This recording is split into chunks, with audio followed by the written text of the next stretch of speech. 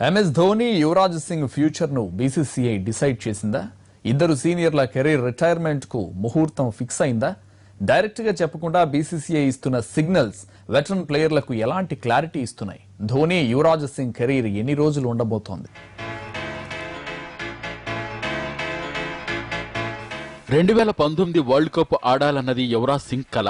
అయితే అది నెరవేరే అవకాశం 100కు 100% లేనట్టే. బయటికి చెప్పడం లేదు గాని వీలైనన్ని రోజులు క్రికెట్లో కంటిన్యూ కావాలన్నదే ధోని ఆలోచన. అందుకే టెస్టులకు గుడ్ బై కొట్టి వన్డే T20లో ఆడుతున్నాడు.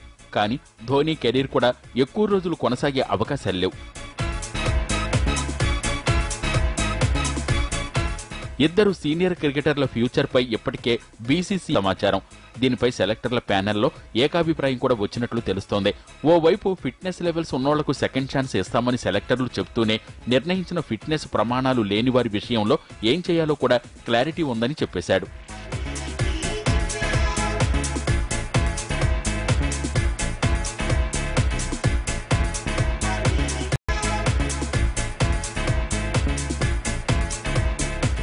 ధోని, యువరాజ్ కు 35 ఏళ్లు దాటాయి. మరో ఏడాదిన్నరలో వన్డే వరల్డ్ కప్ జరుగుతుంది. అప్పటికి ఇద్దరు వెటర్నర్లకు 37 ఏళ్లు వస్తాయి. ఆ ఏజ్ లో కుర్రాళ్లతో పోటీగా సీనియర్లు ఆడటం కష్టమే.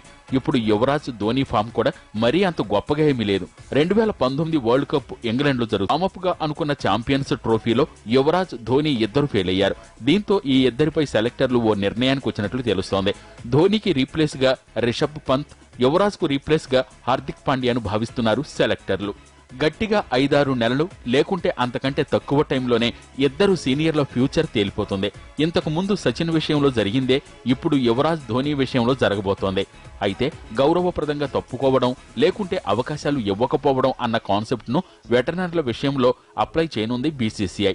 పైకి మాత్రం యువి, ధోని విషయంలో ఎలాంటి ఆలోచన చేయలేదని చెప్పిన చీఫ్ సెలెక్టర్లు MSK ప్రసాద్ ఇప్పటికే చేయాలన్న దానిపై ఫైనల్ డెసిషన్ కూడా వచ్చేసినట్లు క్రికెట్ వర్గాల్లో జోరుగా ప్రచారం జరుగుతోంది.